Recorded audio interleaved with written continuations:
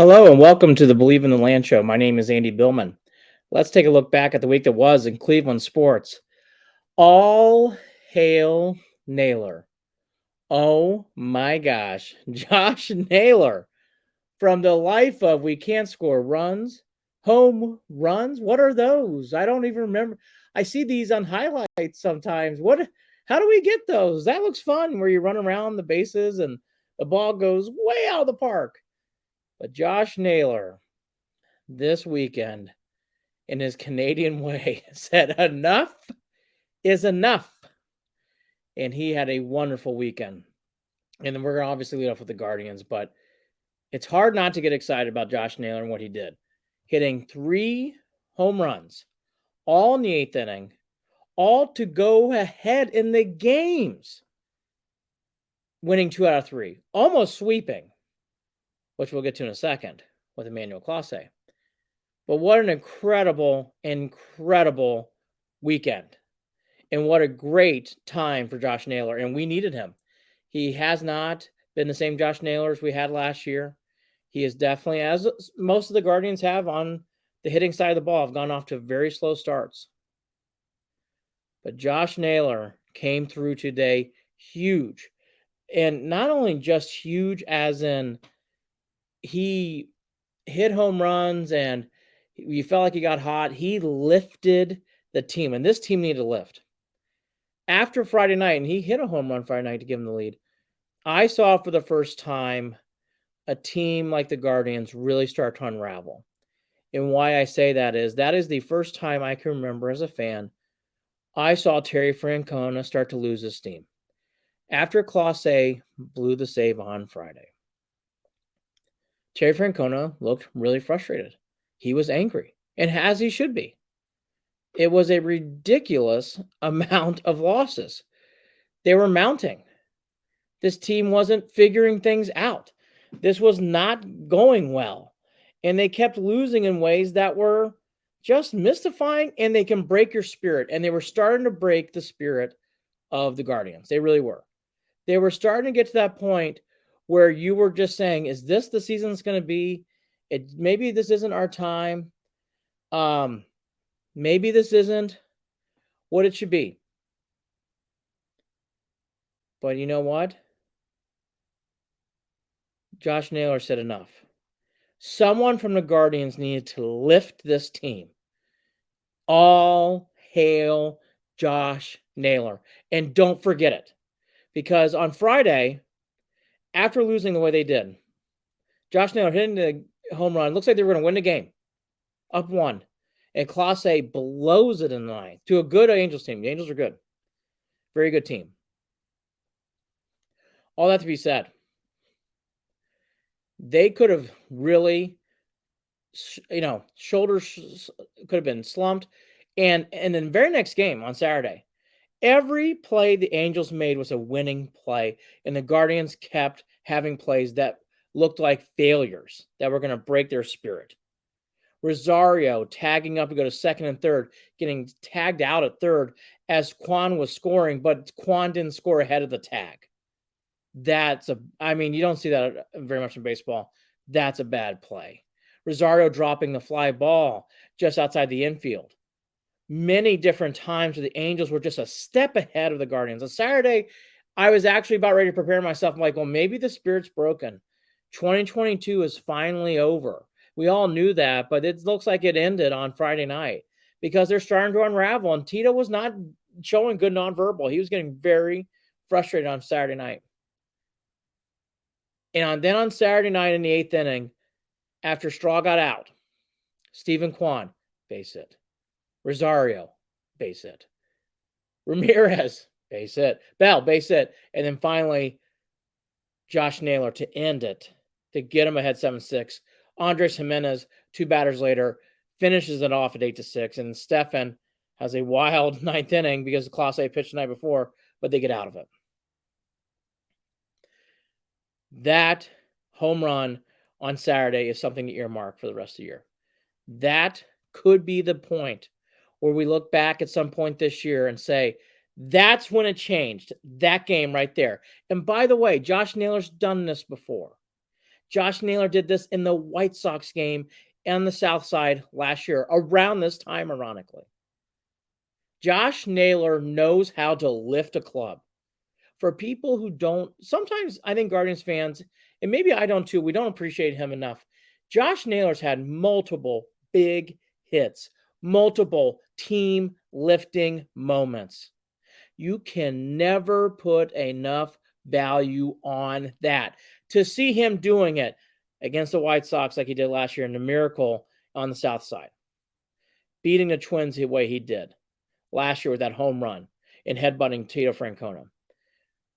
Multiple times this guy has lifted the club, and this time he did it 3 consecutive days.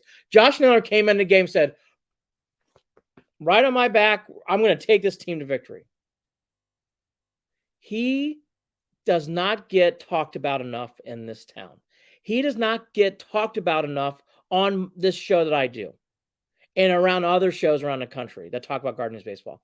He needs to start getting talked about more. Josh Naylor is you can't even put a value on it. It's so high after that game. Can't put a value on it. For that home run that he hit on Saturday, it just explodes. Down 6-2, win 8-6. Stephen closes it out. Season changes on a dime. And good for Josh Naylor. Would have been easy to forgotten about what happened and just have a deflatedness about the very next day. Not Naylor. Josh Naylor wanted to win. Josh Naylor said, come on my back. I am not disheartened about the loss we had. Josh Naylor lifted the team, lifted the Guardians, lifted Terry Francona. Francona was a beaten man on Friday. Beaten man. He rarely gets unraveled, but they had a camera on him in the right moment, and he was not happy after Clase blew that save. And I don't blame him. Who would be? That's the win we were waiting for. That's the spinning victory. They didn't get it. He got on Saturday and Sunday, though. It feels like the Guardians finally found some groove and got a big energy boost. And I'm glad they did it against a team like the Angels, where they're a good team that have very good offense. Boy, the Angels are talented. They really look like they have turned around from what I saw from last year. If they stay healthy, Angels are going to be very dangerous. Very, very good team. Very good team. And for the Guardians to come back like that on Saturday, after what happened on Friday, Friday was such a devastating loss. Again, I was starting to go through of like, we got to really talk about, are they going to ever get back to where they were? Because maybe this is just not what I thought it was. To win like they did on Saturday saved, I think, maybe the season.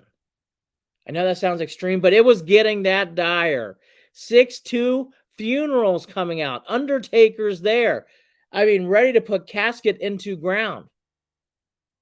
But they were saved. And then we get into Sunday, Mother's Day. Happy Mother's Day, by the way, to everybody out there. Hope you're having a great Mother's Day. Mothers are so important to us in our lives. But that game today finishes off everything that we had done on Saturday. And it starts with Tanner Bybee. Tanner Bybee was huge today. Another lift from another Guardian. A youthful lift, by the way. But Tanner Bybee is becoming a stud very quickly.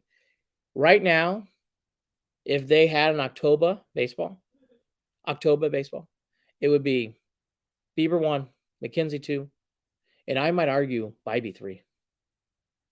That start today, he had a 2-hitter, 1-run game in 7 2/3. That was lifting the team, carrying them on their back. Most of the game was 1-0 throughout, and Bybee just was getting outs, and it wasn't through great defenses because Tanner Bybee was dealing. He was getting outs. The Angels that have been so hot this entire series really got stopped by Tanner Bybee. Amazing. Finally, someone slowed down this LA offense. And the LA is again explosive. Very, very, very explosive. That Tanner Bybee lifted the team. We got a lift from Tanner Bybee. Think about that. A rookie. Rookie wasn't even thought about. Tanner who? Tanner Bookby? Who's that? Bobby? That is what, and that's how special this was today from Tanner Bybee. And then guess who hits the game-winning home run again? Josh Naylor. 4-1. 3-run shot. No doubter. As soon as it left the bat, that ball, it's great. When you watch enough baseball on TV, there's a certain angle where you just see it and you're like, that's gone. That's where Naylor's ball was. It was so high. The cameraman barely got the ball on the camera. Just on the frame, just barely. But they got it, and Naylor got all of it. I mean, all of it. Just a fantastic home run. And then Class A got a little nerve-wracking. But they got the win. And we're going to talk about Class A in a second, because it needs to be talked about. And the bullpen needs to be talked about a little bit. There's some concerns on this team. But that's the next segment. But I want to finish on how important Josh Naylor is. I did a whole thing on him last year, and I'm going to do it right now again. He is that special. He is that talented. He is the player that doesn't get talked about enough in Cleveland or for us Guardians fans. He is that good. Josh Naylor almost swept the Angels by himself, but got 2 huge, huge victories and will never be forgotten for a long, long time. And for Francona to start getting unraveled as he did on Friday, tells you how desperate it was getting. It was getting desperate. It was getting that low. And then Tanner Bybee, a guy, again, you'd say a week ago, who? Tanner what? Who? Tanner what? What? What's the name? Huh? Tanner Bybee. That was a special 2 out of 3 against LA. Saved the season. Thank you, Josh Naylor. Thank you. What a wonderful Mother's Day from Josh Naylor. My gosh. Guys, that's special. When we come back, more Guardians. Welcome back to the Believe in the Land show. My name is Andy Billman. Do you like instantaneous highlights as soon as the game is over? You come on to @official Cleveland Sports on Instagram. @official Cleveland Sports on Instagram. I'm there every night. As soon as the last pitch happens, as soon as the final out is called, I am there talking about what I saw from the night before. And if you love good coverage, if you like thoughtful coverage, check out BelieveInTheLand.com. It's part of the Believe in the Land media company.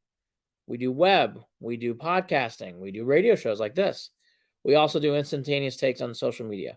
We also have a YouTube page on Believe in the Land. Check it out. It is called Believe in the Land. This is the Believe in the Land show, and I am Andy Billman. Happy Mother's Day again. We don't give our mothers enough love, so I just want to make sure to shout that out. We love all of our mothers out there, and happy Mother's Day. I certainly love my mom, Jane Billman, very, very much. Happy Mother's Day to her. Back to what we saw, though, this weekend, and something that really stuck out to me is the Emmanuel Class A situation. The Class A situation being that he's not as good as he was the year before. I mean, we dangled. He blew Friday night's game. How bad was it? I mean, Tito Francona got visibly upset. That does not happen. Tito's not a guy to get visibly upset. He was shook. And then today, it wasn't easy. Class A had a really, really hard time getting outs, but he did. And he got them. I just think we got to start really talking about who Emmanuel Clase is right now. And I think what we need to realize is last year he was perfect. How perfect was he? He was an all-star closing out the all-star game because he was that elite.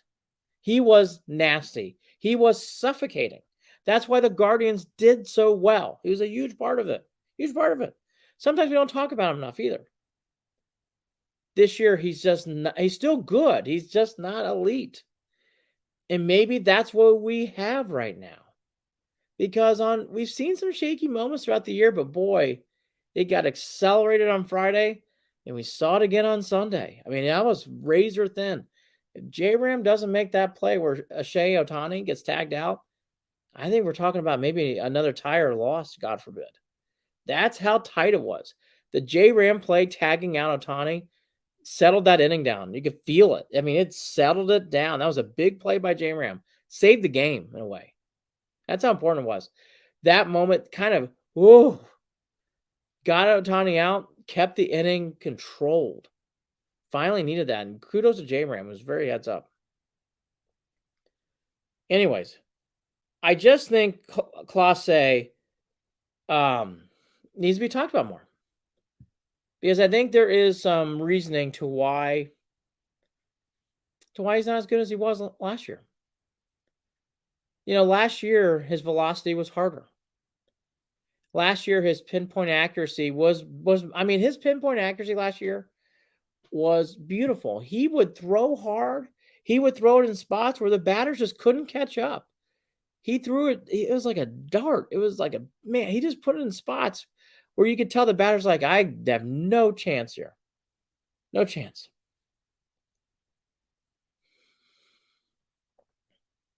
And that's how bad it was. I mean, that's how good he was. Bad as in like nasty. So, you know, 4 things about Clase. 1, his velocity's down. It is. Now, he got up to 100 a couple times this weekend. That's good to see. But it's not consistent like it was last year. Maybe he's just revving up. I don't know. And like I said, number 2 is his pinpoint accuracy just isn't as good as it was last year. Last year he was near perfect. It's just not the same right now. It is just not the same. So, you know, those kind of things need to be thought about too. Maybe we don't have the same elite closer like we did the year before. Well, we don't. We don't. Hopefully he does get back there. Maybe he does. It's still May. But those 2 things, you know, most closers don't do what he did last year. And I think we kind of took it for granted as fans. That was more of an anomaly more than a regular. We know that. Joe Borowski, oh my gosh, it was like, close my eyes and hopefully it'll work out. And Bob Wickman, oh my gosh, talk about pacing. I would pace and pace. Even Cody Allen, who's very good, he always seemed to have men on. So I just think, you know, Clase right now is going through it. He's trying to figure it out. He's trying to find it from last year. But even if he doesn't, you know, that's not abnormal. He was so good last year. I do think those 2 things I brought up first are very big points. The other one as well is you know, there are 2 things also, 3 and 4. So, you know, 1's velocity, 2 is pinpoint accuracy, and there's a 3 and 4. And maybe we should think about these more. And we certainly talk about one and the other, but let's talk about this one. I think the pitch clock is number 3. You know, Emmanuel Clase had a flow. He had a vibe last year. He hasn't had that. Now, maybe it's because of his velocity being down. I don't know. I mean, that could be that, and his pinpoint accuracy isn't that. But, you know, last year, maybe he had more of a pace than what we noticed. But with a little tweak like the pitch clock, I think it's tweaked him a little bit. Not a lot. Not like Karinchak, where I think at times he's way off. The pitch clock's really thrown him off. I think it's just thrown him off just enough with Clase. I do think the pitch clock comes in play with him. I really do. I don't think it's abnormal to say, like, yeah, this hasn't been as good as we want. Pitch clock is effective, number 3. And number 4, we have a catcher issue. Mike Zunino's not a good defensive catcher. First inning again. No one on base, but ball hits glove, shoulder length, just above the shoulder. Ball goes to the backstop. I mean, that's becoming a regular. It's becoming a regular thing with Zunino. So does Clase feel as confident throwing the ball in the dirt? Probably not. I think we've taken. We had a series of catchers: Yan Gomes, Roberto Perez, Austin Hedges, who were very, very good. Very, very good defensively. But they didn't swing the bat well. They didn't. They didn't have good bats. So maybe that played a part of something we took. We didn't really appreciate as fans. We need to appreciate defensive catching because right now we don't have the best defensive catching. In fact, we have pretty poor at times. I mean, pretty flat out bad. And Clase is probably feeling that too. Do you want to throw a splitter into the ground? Probably not. Do you want to throw something into the dirt? Oh my gosh, who knows where it's going? Or sometimes too, where Clase, he has no problem going high. And right now, that's just not what we're seeing. That's just not it's just not what we're, he can't. If you don't have confidence in your catcher, you're going to start making select choices to do things that are just a tick off. And I think the catchers played a part of it. I think it's number 4. I really do. I definitely think that's a part of it.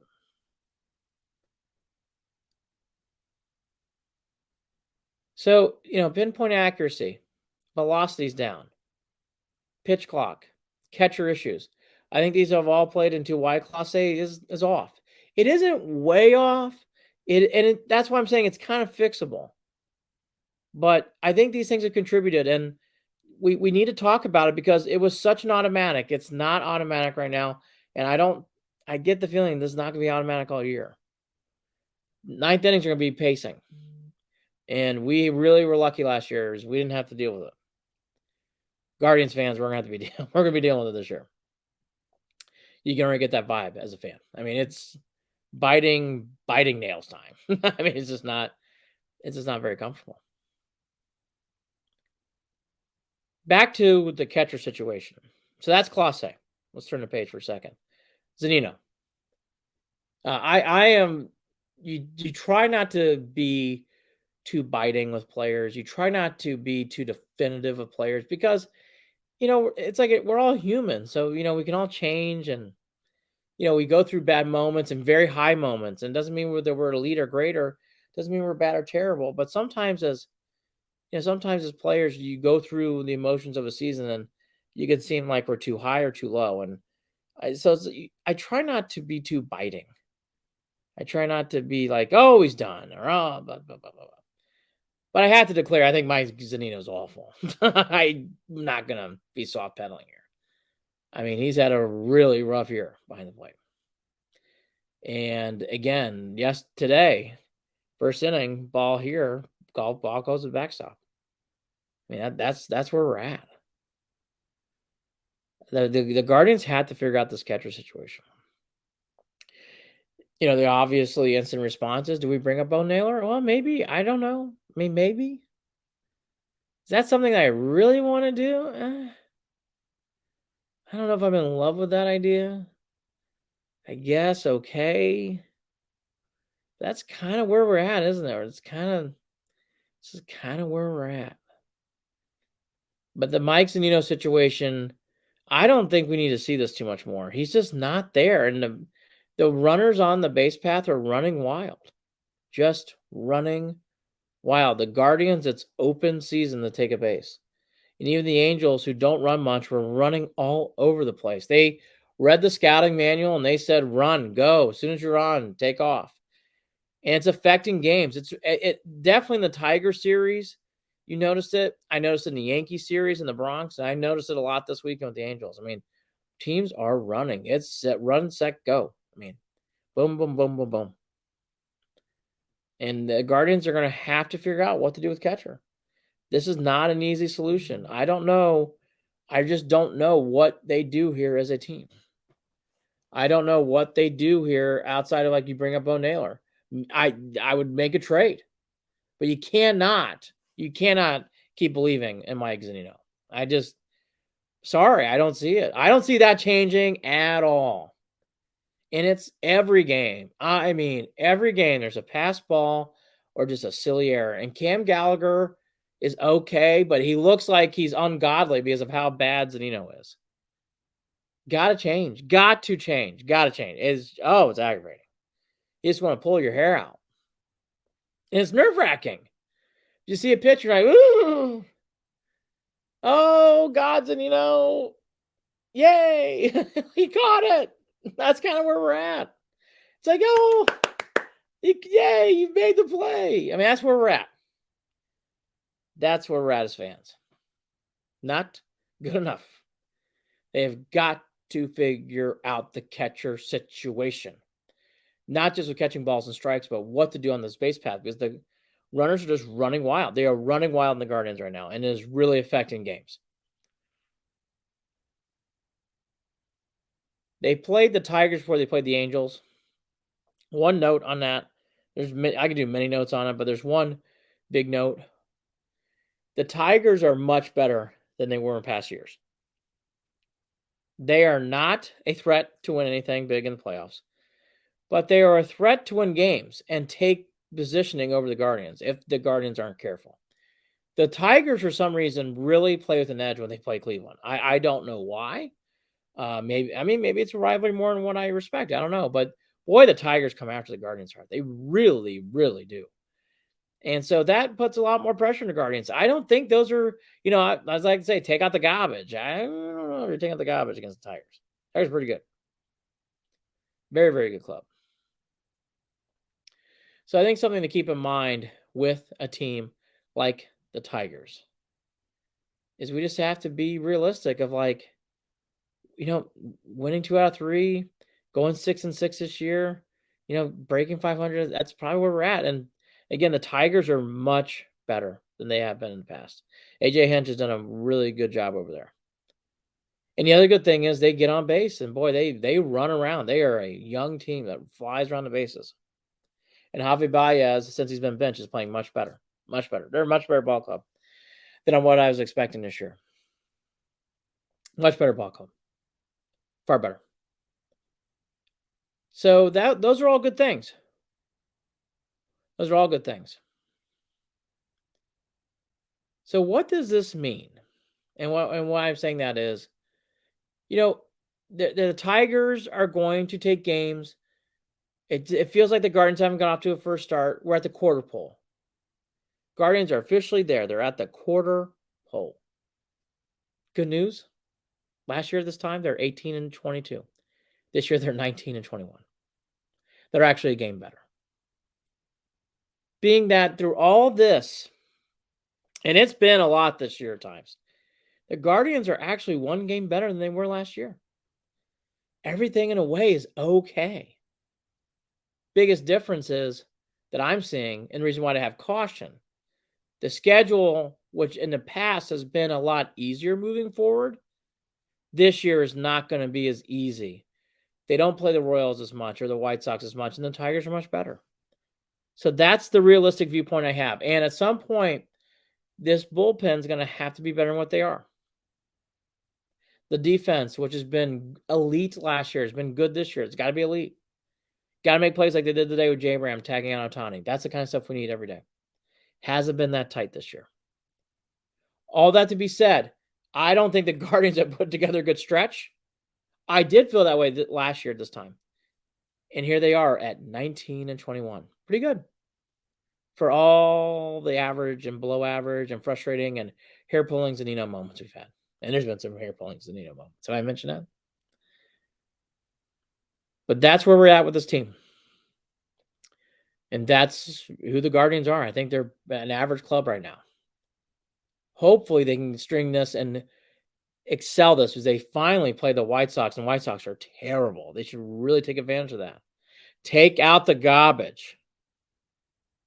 Great job by Naylor lifting the club. Great job by Tanner Bybee. J-Ram, what a surprise. Great defensive play. Finally got the series they're needing, beating a very good Angels club 2 out of 3. That's your Cleveland Guardians. We come back, Cleveland Browns. Welcome back to the Believe in the Land show. My name is Andy Billman. If you, again, love instantaneous, all-day news and instant analysis as soon as the final out is thrown later in the fall, when the final gun sounds, when the Browns win 17 games, or just make the playoffs. We'll take either one. But 17 games.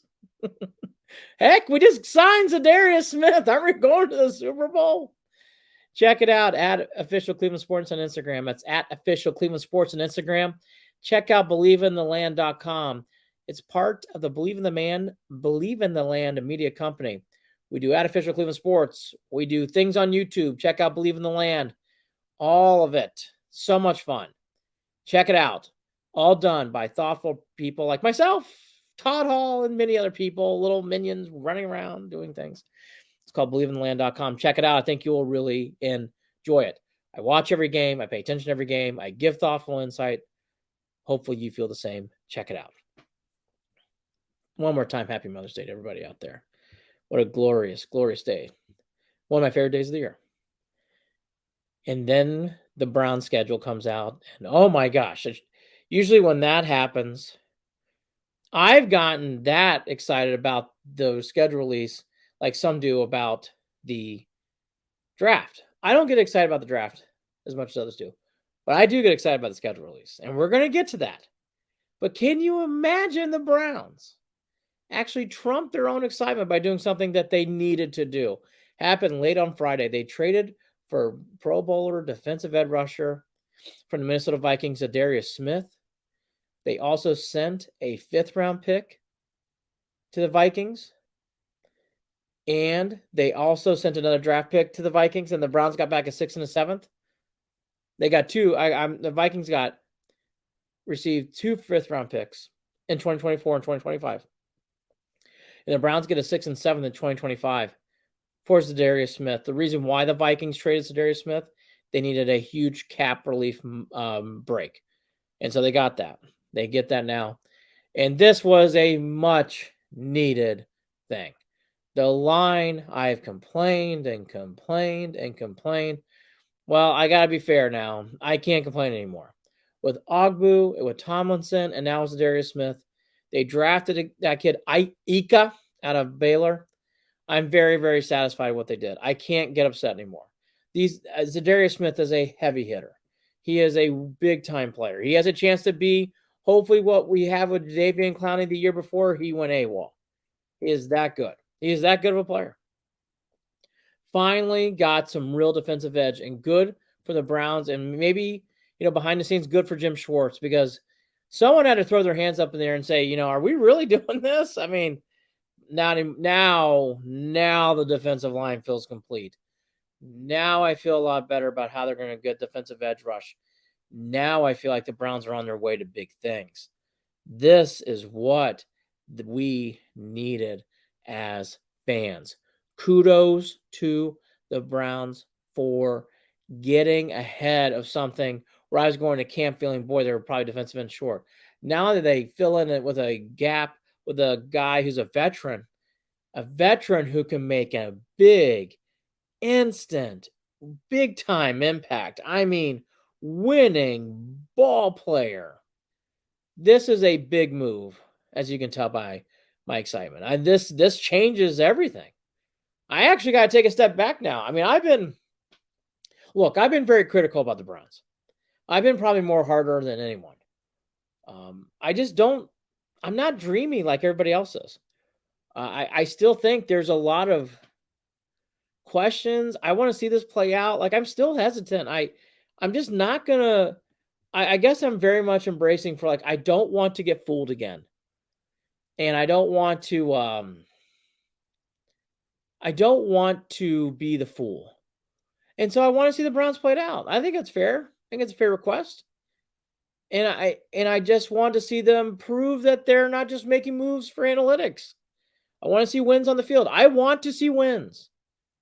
I'm not here for certain things. I really do want to see things take off in a big, big manner where we're going to playoff games, we're making movement, and we're making things happen in the city to get people excited. That's what I'm here for. I'm not here to go, all right, we're really fast on certain positions, and oh my gosh, we have the best fantasy football player ever. No, I'm here to win games. Here to win games. Za'Darius Smith really made me jump. When I saw that, I go, well, now I think they're actually being serious.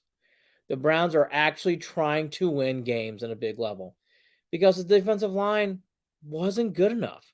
And we all kind of knew it. We all kind of sat there and held our breath on what the Browns are going to do. But now after something like this, now I'm starting to believe like, okay, they're feeling the way I was before we were going to go into training camp. Like, is this it? Boy, it feels really weak of what we're going to do.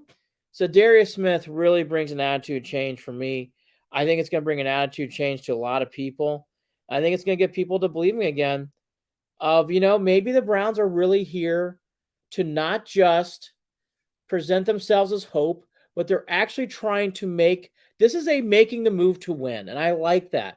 By the way, Jadeveon Clowney was too from 2 years ago. So it isn't like this is so brand new. And that's why I'm not declaring big things, and I'm not here to wave the pom-poms and let's light off the fireworks. No, no, no, no. We still have some things here really to do. And they have some things to prove. But I'll say this. I'm not naive. This move moves the needle of hope into maybe this will happen. And that for me is a big step. I wasn't there before this. I really wasn't. I was like, okay, I mean, they did some things, and Deshaun Watson should be better, and he's our big hope, but I don't know. I'm like, I don't know. I'm really excited. Now I'm excited. This move, it's like I'm buying into change because the Browns last year had outside Myles Garrett had a terrible defensive line.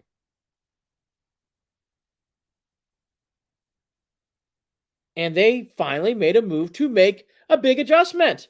They had to. And they did. And as Za'Darius Smith, it just changes everything. And to me, it changes everything. That's how big it is. It's not a minor thing. This is not a throw-in. Again, this isn't like a veteran who he's going to do something. No, this is a big-time thing. This is a big-time thing. Huge thing.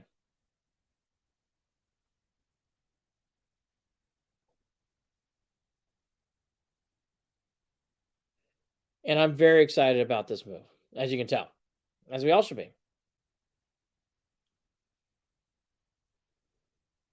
Now,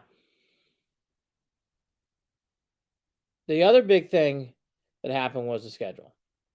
And you're going to hear all sorts of opinions. And there's a lot of people who are ready to jump off the bridge because the schedule's too tough at the beginning. That's a big thing. Schedule's too tough. There's too many home games. Oh, boy. I mean, I was kind of surprised. I'm like, geez, people are that fearful. I think the Browns have gotten breaks in their schedule lately. So to me, it's like, well, you have to have the other end at some point. You have to have the natural of, things aren't going to be as easy or loosey-goosey. I think the Browns have had loosey-goosey schedules. I really do. And they've blown it. They flat out blown it. In fact, the year I thought they had a very tough schedule, they went to the playoffs, and that was COVID year. That schedule was challenging. But this schedule has freaked some people out who I really trust and I really believe in. Listen to before, like, all right, this is what I think. And boy, they're ready to jump off the cliff. Playing the Bengals at home on Monday Night Football the following week. Titans, who always, Titans and Browns, we've seen both ways. The Browns won last time with Baker Mayfield in Tennessee. Baltimore at home. I mean, that's 3 division games before week 5. And by the way, week 5 is a bye. And then you got the Niners at home. Not easy. Defending West champion, played in the NFC Championship game last year. Still don't know who their quarterback is, but okay. I guess we'll forget that. And then, by the way, they're very talented, so you can't take it lightly. But okay, so you got the Bengals at Steelers, Titans, Ravens, bye week, San Francisco at home, and that's gotten everybody into a fury. I mean, everyone is riled up. Like, what are we going to do? And oh my gosh, Just can't understand how the Browns are going to survive this. So I'm here to bring some hope and some calm to the situation. I actually think everything being the way it is actually not a bad thing for the Browns. I like when the schedule is hard to begin the season. So that way in the middle, maybe it eases up, or at the end, it eases up. Last 2 years, it's been hard finish. I mean, last year's ending, hard finish. Year before that, hard finish. This year, I mean, Texans, Bears. I mean, does anybody get scared about that? No. At home against the Jets, not easy. That's a playoff type game. Okay. In the year of Cincinnati, not easy, but at least it's not impossible. Last 2 or 3 years, it felt like it was like a landmines. It really doesn't feel that way. I actually don't think this schedule is that bad. The Browns have a stretch where they don't leave the Cleveland, Ohio for an entire month. Let me say that again, with the bye week included. The Browns don't leave the city of Cleveland for one entire month. From week 3 through week 6, they are home in one bye week. One bye week. That's a big advantage. Now, they don't get some easy cupcakes, and the NFL didn't do them any favors by putting Baltimore and San Francisco at home. But take advantage of your schedule. Take advantage of your schedule. I think the Browns, I don't mind the schedule. I'm not freaking out. Now, it's not easy. I know the schedule makers say that, and prognosticators will tell you, but I think this is an okay schedule. It's not bad. It's not terrible. It's not good. I think it's okay. They have a trips in there that I think starting after Thanksgiving, doesn't thrill me. But then they get to a December, through most, that doesn't scare me either. But it's like, okay, what scares me the most? Week 12 at Denver. Then staying out there and playing the LA Rams and at home against Jacksonville. Those 3 games to me are very tough. I can see the Browns losing all 3. They never play well in Denver. Staying on the West Coast to play LA is not easy. I mean, people make that light. That's not like, oh, hey, you just stay on LA. We throw out the balls and yay. No, I mean, it's not easy. Going to be complicated. That to be said, like, that's their toughest stretch to me. But on the one hand, there's two or three other things that are very crucial in this schedule that's going to make or break the Browns making the playoffs. And yes, it's sadly week 1. They're going to have to beat the Bengals at home. And let me repeat that. They're going to have to win week 1 at home. Nope. Not an easy thing. That's how big that game is. Because if the Browns aren't careful and they happen to lose Cincinnati, which we all know, very possible, I think they'll be 0-2 because I don't see how they're ever going to win on Monday Night Football against Pittsburgh. I'm sorry. You can tell me up and down. I even know in my heart of hearts the Browns are the better team. They will never win that game in Pittsburgh. No way. No way. No way. So I think beating Cincinnati is very big. But in case that doesn't happen, Browns must go 3-2. I think realistically they can be 4-1 after this. I know people are going to be like, whoa, Andy, you're great. No. Beat Cincinnati, yes. They're going to lose. Again, you can't tell me otherwise. They will not beat Pittsburgh. Sorry. Prove me wrong. I'll eat my words. Would love to do that. Tennessee at home, I think they'll win. Tennessee has got no quarterback. Baltimore, they always seem to play lately better. Baltimore at home. So I'll stay on that trend. And that's not just Browns colored glasses here. I mean, they do better at home lately against Baltimore. So I think they'll beat them. The Fighting buys, and they play San Francisco. I like them against San Francisco. Why? San Francisco doesn't have a quarterback. And they are relying on past success. That's not in the NFL, you really can't do that. The Niners, to me, have more questions than answers.